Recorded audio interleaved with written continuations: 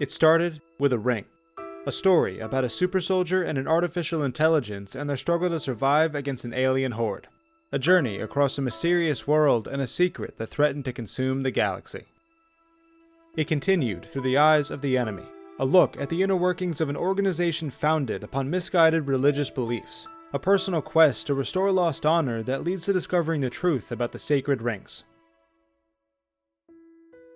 And then it ended, with an epic and emotional conclusion, a send-off worthy of one of the greatest trilogies ever made. An alliance of former enemies brought together in a time of great need. The emotional reunion of two people destined to fight together against overwhelming odds. The sacrifices of brave men and women who risked their lives for the sake of those they cared about. A final effort to save humanity and the rest of the galaxy from total annihilation. The culmination of a journey 3 games in the making.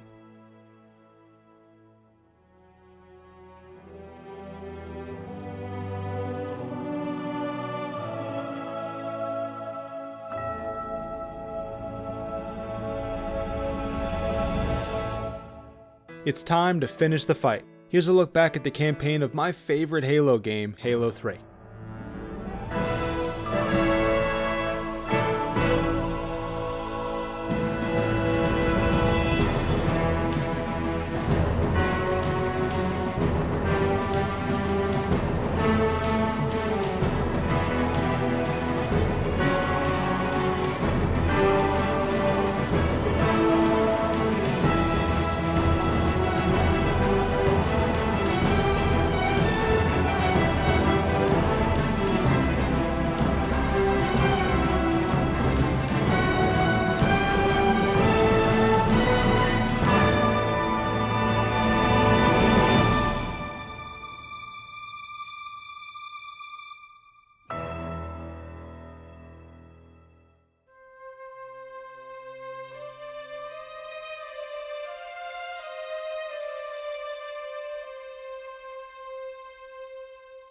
What makes Halo 3's campaign the best one in the trilogy? Well, it has to do with how well this game handles its story, and the emotions that you feel along the way. This was meant to be the epic finale to this incredible story that had been unfolding over the past 2 games, the final effort to stop the Covenant and the Flood from wiping out humanity. The Halo rings have been primed to fire, ready for remote activation from someplace called the Ark. The Covenant have invaded Earth, where humanity is making its last stand. Master Chief and Cortana are separated for the first time in the series, one a stowaway on the bad guy's ship and the other a prisoner of the greatest threat the galaxy has ever seen. The stakes have never been higher, and Halo 3's campaign was going to need something monumental to properly and satisfyingly conclude everything these games have been building toward. It needed to match these outrageous expectations that people had for the 3rd installment in this revolutionary franchise, and by adding this emotional element to the narrative, Bungie was able to have players connect more with the main characters than ever before, and really feel the gravity of what happens to them during the story. This emotional element is what separates Halo 3's campaign from the other 2 campaigns for me, and what I feel ultimately puts it above its predecessors. Both Combat Evolved and Halo 2 have incredible stories that each provide their own unique and interesting experiences, but there's something about the climactic events of Halo 3 that takes the trilogy to new heights. We get to see a deeper relationship between Master Chief, Cortana, Sergeant Johnson, and Miranda Keyes. We get to see the tenuous alliance between humanity and the elites, the hate for each other that's ultimately pushed aside for the sake of the galaxy. We get to see the Arbiter exact his revenge against the man who manipulated his people and humiliated him in front of the entire Covenant. There's a lot of satisfying conclusions to different storylines that makes this campaign feel like the best possible send-off for the trilogy. The emotions of this campaign's story help me connect with the characters in the world of Halo in a way that the first 2 games didn't really do. Their stories may be incredible, but I never really felt emotionally attached to any of the characters because we were never really given a reason to care about them other than a simple interest in their well-being because we liked them or thought they were cool. The one exception to this would be the Arbiter storyline in Halo 2. As I've said previously, the Arbiter was the central character of the 2nd game. Through his eyes, we got our first inside look at the Covenant and their beliefs. We got to see how he's been lied to for most of his life, manipulated to serve the interests of a select few. His story became one of redemption and revenge, and I found myself really caring about him by the end of Halo 2. However, when it came to Master Chief, Cortana, and the rest of humanity, I never really felt any sort of emotional connection with them until Halo 3. The first two games are just these guys doing awesome things, blowing up rings, taking down scarabs, and having a great time doing it. It's not until this final game that we really start to see the deeper relationships between the main characters and really start to become invested in what happens to them. That investment ends up paying off when meaningful things occur, like a character's death or a reunion between friends. We feel for these characters as if they were our own friends and family. When they hurt, we hurt. When they're sentimental, we're sentimental. It's not always easy getting players to relate to a game's characters in this way, especially in a first-person shooter, which is why I think it's so impressive that Halo 3 manages to achieve this so well. From a gameplay perspective, Halo 3's gameplay is as good as it's ever been in the series. Moving around, aiming and shooting still feels amazing, and that classic Halo formula continues to be addicting and fun to play through repeatedly. The change from fighting elites to fighting brutes was definitely a noticeable one gameplay-wise, but it ultimately works well for Halo 3's campaign. Plus, the addition of equipment like energy drains and bubble shields might be the best gameplay addition Bungie ever made in the entire Halo trilogy. But what ultimately sets Halo 3's campaign apart from the other two campaigns is its emotional storytelling. This helped Halo 3 take the Halo experience one step further and create a worthy conclusion to the story of Master Chief, the Covenant, and the Halo rings, an ending that put an exclamation point on the entire trilogy and cemented it as one of the greatest stories ever told in gaming, at least as far as I'm concerned. I will always love Combat Evolved and Halo 2 for what they help create and the fact that they are still fun and enjoyable to play through after all these years. Their stories and gameplay are still some of my favorites in all of gaming, as I've demonstrated in my previous videos covering those games. But Halo 3 will always have the superior campaign for me because of its emotional storytelling and the fantastic gameplay that supports it. Let me show you why.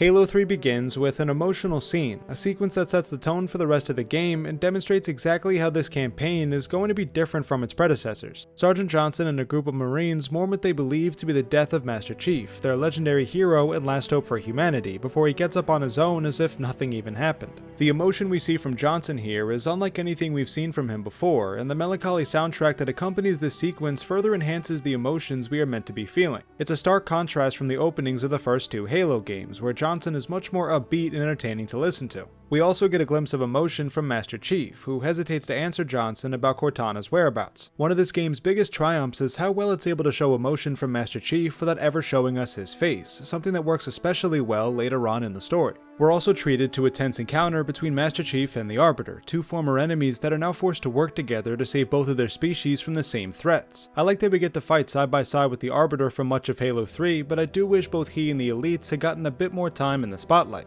After the events of Halo 2, I wanted to see more of the Elites and how they're handling both their split from the Covenant and their new alliance with humanity. It must have been a very difficult time for them, and it would have been nice to really explore their feelings on the game's events. While we do get a couple great cutscenes with the Arbiter and the Shipmaster, I definitely would have liked to see more. Once Johnson clears everything up between Master Chief and the Arbiter, he gives Chief a weapon and the game begins in earnest.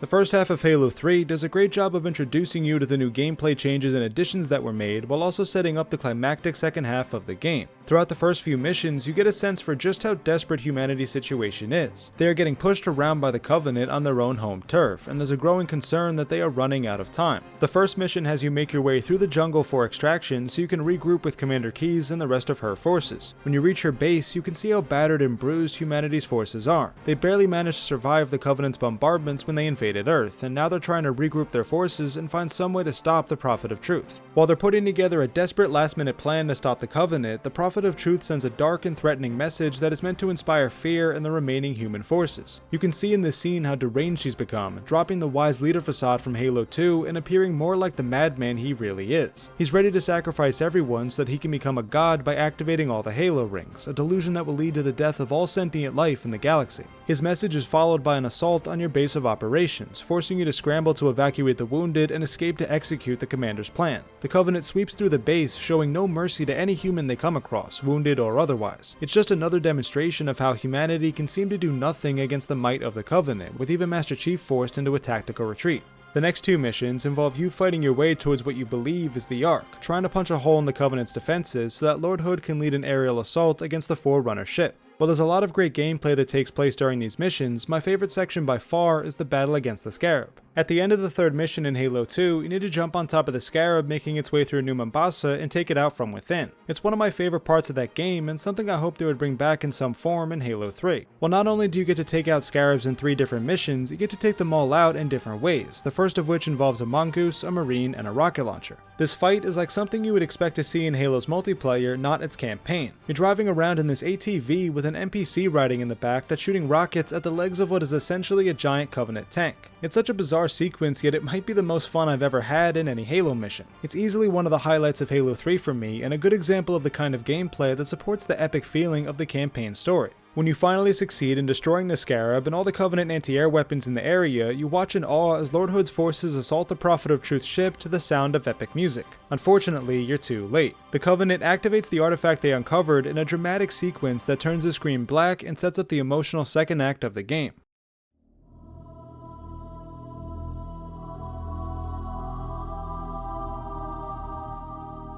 It's easy to forget sometimes how big a threat the Flood actually are, and how important they are for the overall narrative. When they were first introduced in Combat Evolved, they turned our worlds upside down and made us question everything we knew about Halo. Up until the reveal, we thought the Covenant were our biggest and only concern, the ones we needed to take down in order to save humanity. While they remained our main foes throughout all 3 games, it was the Flood that ended up being the final and ultimate threat, the ancient enemy of a war fought thousands of years ago. Combat Evolved did an excellent job of setting them up as this relentless and unstoppable force, and explaining their significance in Halo's lore. However, in Halo 2, they don't really play that big of a role. While the scene with the Gravemind is obviously very important and crucial for the story, it's the only time the Flood really seem to take center stage. They do appear as enemies on multiple levels, but they serve more as obstacles rather than crucial parts of the story. The only significant thing that they do is take over High Charity and capture Cortana, and the consequences of those actions don't show themselves until Halo 3.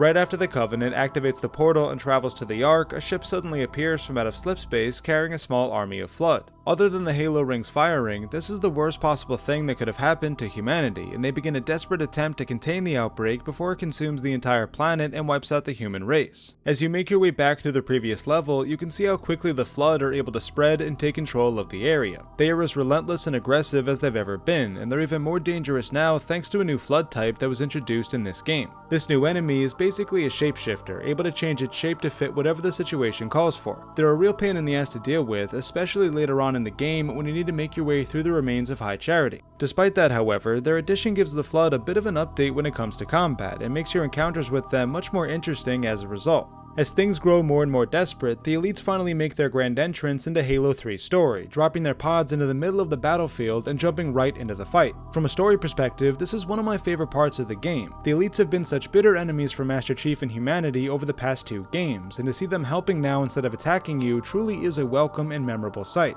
With their arrival, the elites bring some news. They believe that Cortana may be on the ship that the Flood arrived in. This gives your mission more direction and meaning as you go from simply surviving to advancing towards what you hope is your lost comrade. The elites also brought an unexpected ally, 343 Guilty Spark, who offers to repair Cortana when you finally reach her. Master Chief is initially hostile towards Guilty Spark because of their last encounter in the first Halo, but ultimately accepts his help when Guilty Spark assures him that they are now on the same side. It's always so tough for me to watch Chief interact with Guilty Spark throughout Halo 3's campaign when I know what he's going to do at the end of the game. The tragic events in the final mission represent the kind of great writing that makes Halo 3's story so amazing, but that doesn't make it hurt any less. Guilty Spark is ultimately able to repair the machine containing Cortana, which reveals a recorded message rather than Cortana herself. In the message, she reveals to everyone that High Charity is on its way to Earth with an army of Flood, an event that would spell certain doom for humanity if it comes to pass. However, Cortana offers a ray of hope, a way to stop the Flood without firing the remaining Halo rings. She never says what her plan is for fear of the Gravemind finding out about it, but she says that if they go through the portal that the Covenant made, they will find her solution.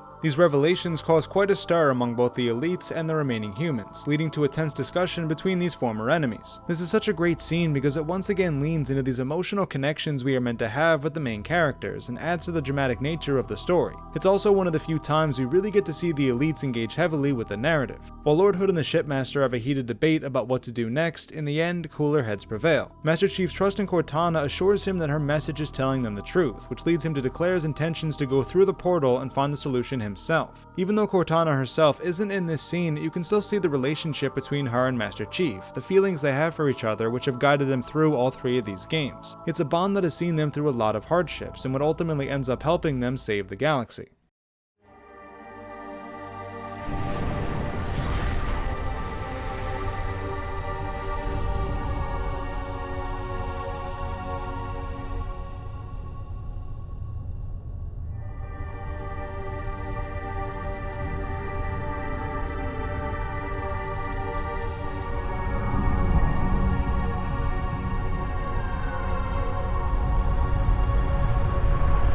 Brute ships, staggered line. Shipmaster, they outnumber us 3 to 1. Then it is an even fight. All cruisers fire at will. Burn their mongrel hides. The next 2 missions, the Ark and the Covenant, are perfect examples of why I think Halo 3's campaign is the best one in the trilogy. The combination of epic gameplay and emotional storytelling is virtually unmatched in the entire trilogy, leading to an extraordinarily fun gameplay experience and a satisfying end for the Covenant. After preparing for their final fight against the Covenant and a dramatic send-off for Lord Hood, the elites and a small group of human forces make their way through the portal on Earth where they emerge light years away above the Ark. While they are technically outnumbered by the waiting Covenant forces, the Shipmaster declares this to be an even fight, and the elites begin engaging the Covenant's forces above the Ark while Master Chief leads a ground assault to find the Prophet of Truth. The Ark is one of my favorite levels in Halo 3 because there's a lot of great gameplay packed into one large mission, not to mention the cool skybox, the fascinating Forerunner architecture and lore, and the epic landing sequence for the ship Forward Unto Dawn. There's also some cool callbacks to combat involved in this level, which I really appreciate. You start the level with some good old mid to long range combat that's reminiscent of the sniper section at the beginning of the level Truth and Reconciliation. You're also tasked with hunting down the map room for the Ark and given a selection of vehicles to choose from as you explore, something that often reminds me of the mission Silent Cartographer. These callbacks show how Bungie was able to pay homage to what came before Halo 3 while still managing to make it feel new and exciting, something that I again really appreciate as a longtime fan. Eventually, you're also given a Scorpion tank to tear through the Covenant's heavy weapons, mowing your way through ghosts, hunters, and the ever-annoying phantoms. The Scorpion has come a long way since combat evolved, and it remains one of the most enjoyable vehicles to use in Halo 3. Once you've made your way through the wall towards the Ark's Cartographer and opened a path for the rest of your forces, you're treated to another battle against a Scarab, this time utilizing either a Scorpion or a Gauss Warthog. Like the first Scarab encounter, this fight is one of the highlights of Halo 3 because of how epic and fun it is. Bungie managed to take a short encounter from Halo 2 and turn it into 3 epic gameplay moments in Halo 3 that each give you different ways to take down the same foe, which is something that's always impressed me about this game. Once you've defeated the Scarab, you climb the final structure to the map room to find out where the Prophet of Truth and the Ark's control room is. In addition to some cool architecture very reminiscent of the map room from the Silent Cartographer mission, this section provides some great close quarter encounters against the Covenant that serve as a good way to end a fantastic level.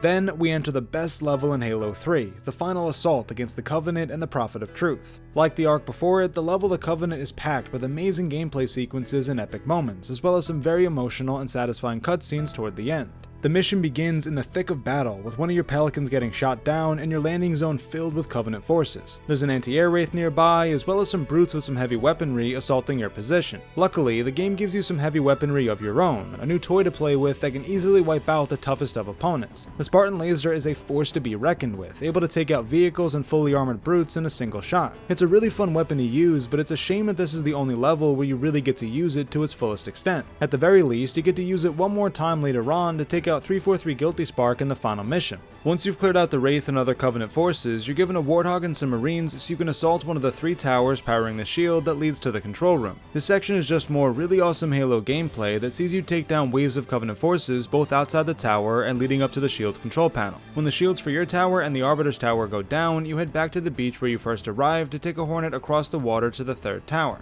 The Hornet is the first human aerial vehicle that we get to use in the entire Halo franchise, and this mission makes great use of it. We get to take on a bunch of Banshees and a couple of Phantoms in the air while also avoiding anti-air wraiths, turrets, and fuel rod guns from below. It's a sequence that is not only fun to play through, it adds to the epicness of this climactic mission. This mission is meant to be the final battle against the Covenant, and it's sequences like this one and the subsequent Scarab battle that really make it feel like the climactic conclusion it's supposed to be. Once you've cleared a landing zone, made your way up the third tower, and turned off its shields, you watch as the shipmaster begins his assault on the control room when he is unexpectedly interrupted by the arrival of High Charity and the invasion of the Flood. This is a very unexpected turn of events, but you don't let it stop you from completing the mission. After clearing out the Flood that make their way into the third tower, you regroup outside with the remaining human forces and push your way into the snow-covered area where the control room is located. At this point in the level, the music starts to pick up and you really start to feel the gravity of what's about to happen. This is it. This is do or die for humanity, the elites, and the rest of the galaxy, and only you can save everyone. This is the culmination of everything this trilogy has been building towards, and it sure as hell feels like it. You push through the remaining Covenant forces with a Scorpion, slowly mowing down your enemy as you make your way through the snowy passages towards your destiny. Once you've reached the end, you're given a Hornet and one final epic battle with 2 Scarabs that gets your blood pumping and your endorphin levels rising. Taking down these tough opponents at the same time makes you feel like you can do anything, and has you feeling on top of the world as you enter the control room. But here is where that feeling of invincibility comes crashing down. You discover that the Prophet of Truth has captured Johnson and is about to activate all of the Halo rings. Master Chief and the Arbiter are on their way to stop him, but it's clear they're not going to make it in time. This is where the emotions of the game, the investments that we've been making in these characters, starts to pay off. In an act of desperation to not only save Sergeant Johnson, but to try and stop Truth herself, Miranda Keyes crashes a Pelican into the control room and starts taking down every brute in sight. Even if she can't kill everyone herself, she can at least buy enough time for Master Chief and the Arbiter to make their way upstairs and finish the job themselves. It's a noble sacrifice that shows her strength not only as a soldier, but as a person as well. Eventually, she points her gun at Johnson, who implores her to kill them both and deprive the Covenant of their victory. Without a human to press the activation panel, the Covenant cannot fire the rings, and Johnson and Keyes both know this. By making the ultimate sacrifice and killing herself and Johnson, who was like a father figure to her, Keyes can literally save the galaxy. It's obviously a difficult decision to make, one that we see her wrestle with as Johnson limps his way towards her. Unfortunately, she's never given the chance to make the decision herself. The Prophet of Truth shoots her in the back in front of Johnson, who cries out before being recaptured and forced to activate the Ark. It's a scene unlike anything you'll find in either Combat Evolved or Halo 2, one that gets me a little emotional every time I see it. When he reaches the top of the tower, Master Chief is approached by 2 Flood combat forms who tell him they will help pave a path towards the control panel so that he can disarm the Ark. The Gravemind knows that only a human can interface with the Halo rings and the Ark systems, which is why he proposes this temporary truce. While you know that the Flood are going to turn on you as soon as you deactivate the Ark, it's still pretty surreal to have them fighting alongside you for a short amount of time. Seeing them run past you and throw themselves at the Covenant is a very welcome and satisfying sight, a brief respite from the emotions of the previous scene.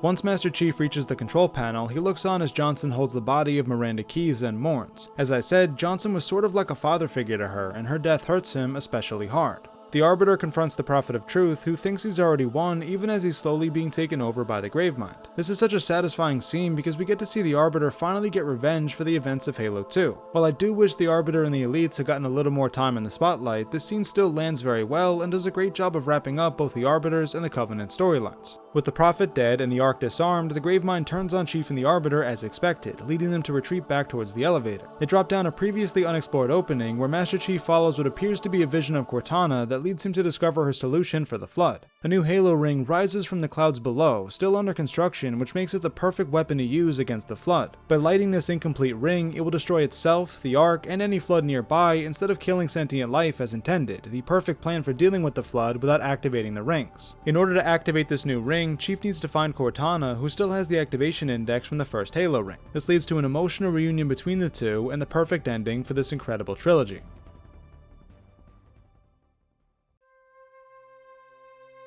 After taking a Banshee to the Covenant's former holy city, Master Chief makes his way through the remains of High Charity, where the Flood have completely redone the place. Everything is covered in the muscle and tissue of the Flood, a disgusting display that almost looks like something out of a nightmare. It's not a place you want to be, and you're pretty much incentivized to get out of there as soon as possible. Like the library from the first game, the Flood never seem to stop coming in this level. Every time you take out all the Flood in the area, another wave seems to come out of nowhere, and you quickly run out of ammo if you try to stand your ground and take them all out. In my experience, the best strategy is to just keep pushing forward and ignore as much of the Flood as you can. I usually dual wield the plasma rifles and only take out the Flood in my immediate path. It's not my favorite way to play the game, but I found that it's the best way for me to get through this level in an enjoyable and reasonable amount of time. Eventually, Master Chief finds Cortana and shares an emotional moment with her. Cortana is broken and defeated, a victim of the Gravemind and his interrogations. She has no confidence in herself and thinks that Chief should just leave her behind. It's strange to see her in such a state because she's usually so confident and witty. She's been our constant companion through 2 of the games in this trilogy, and seeing her like this is definitely unsettling. However, in just a few short words, Master Chief is able to make her feel good about herself again. She starts to feel safe and quickly comes to her senses, returning to her former personality. Their interaction demonstrates just how much they care about each other. This war with the Covenant and the Flood has taken so many people close to them, and now they pretty much only have each other to lean on. They've been through so much together, and seeing them reunite like this always makes me feel really happy. Together, they regroup with the Arbiter, escape High Charity, and meet up with Sergeant Johnson at the new Halo's control room. The climb is very reminiscent of the control room from the first Halo game, though this time it's crawling with an army of Flood that makes the climb much more difficult this time around. Once inside the control room, we witness another tragedy, one final dagger that hits you right in the feels just when you thought everyone was home free. When 343 Guilty Spark, who had been helping humanity and the elites all this time, realizes that their intention is to blow up this new Halo ring and the Ark, he turns on everyone, killing Sergeant Johnson and almost killing Master Chief. The greatest part about this sequence is that you get to kill Guilty Spark. Instead of him dying in a cutscene, we get to pull the trigger on the Spartan laser and kill him ourselves. There's a lot of satisfaction in giving players the power to take revenge on Guilty Spark after everything he's done, especially after watching him kill Sergeant Johnson right before our eyes. With Guilty Spark dead, Master Chief tries to save Johnson, who instead hands him Cortana and tells Chief to send him out with a bang. It's one of the most memorable scenes in gaming for me, and it still gets me emotional to this day, even though I've seen it dozens of times. Remember when I said that Halo 3 does a great job of showing emotion from Master Chief without ever showing us his face? Well, this scene is where that effect hits home the hardest. We never see Chief's face during this emotional scene, but I swear I can almost see the pain and sadness on his face as he watches one of his closest friends die right before him. After Cortana activates the ring, it begins falling apart due to its incomplete state. Master Chief and Cortana regroup with the Arbiter and make their way to the ship forward unto Dawn in a dramatic final sequence that once again pays homage to Combat Evolved. After narrowly making it into the ship, the Arbiter and Master Chief share one final moment of understanding between each other before the Arbiter heads for the cockpit and Master Chief gets Cortana into the ship's systems. She takes the ship off of Halo and towards the portal back to Earth that is quickly collapsing. Scorpions and warthogs and crates are flying around the hangar bay, threatening to knock Master Chief from the ship before it can make it through the portal. However, in true heroic fashion, Chief is able to prevent himself from falling off the ship and climbs his way up to Cortana. They share a final moment together where Cortana calls Chief by his real name, finally giving us a small peek at the man underneath the armor before the screen goes white and the Halo ring explodes.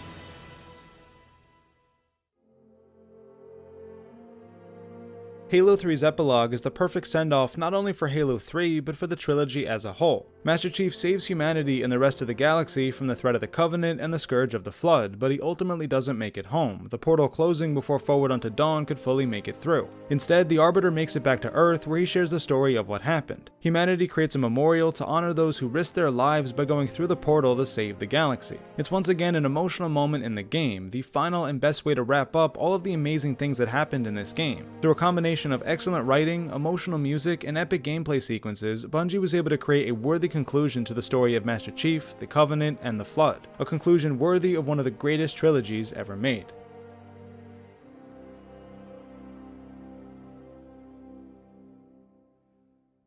And now our journey comes to an end. If you've watched all these Halo videos, I want to thank you so much for watching. These videos have been a lot of work to put together, and I'm very proud of how all 3 of them came out. This was my first time doing extensive retrospectives like this, and it definitely felt like a daunting task at times. But I really did enjoy making them, and I hope that you enjoyed joining me on this journey through some of my all-time favorite games.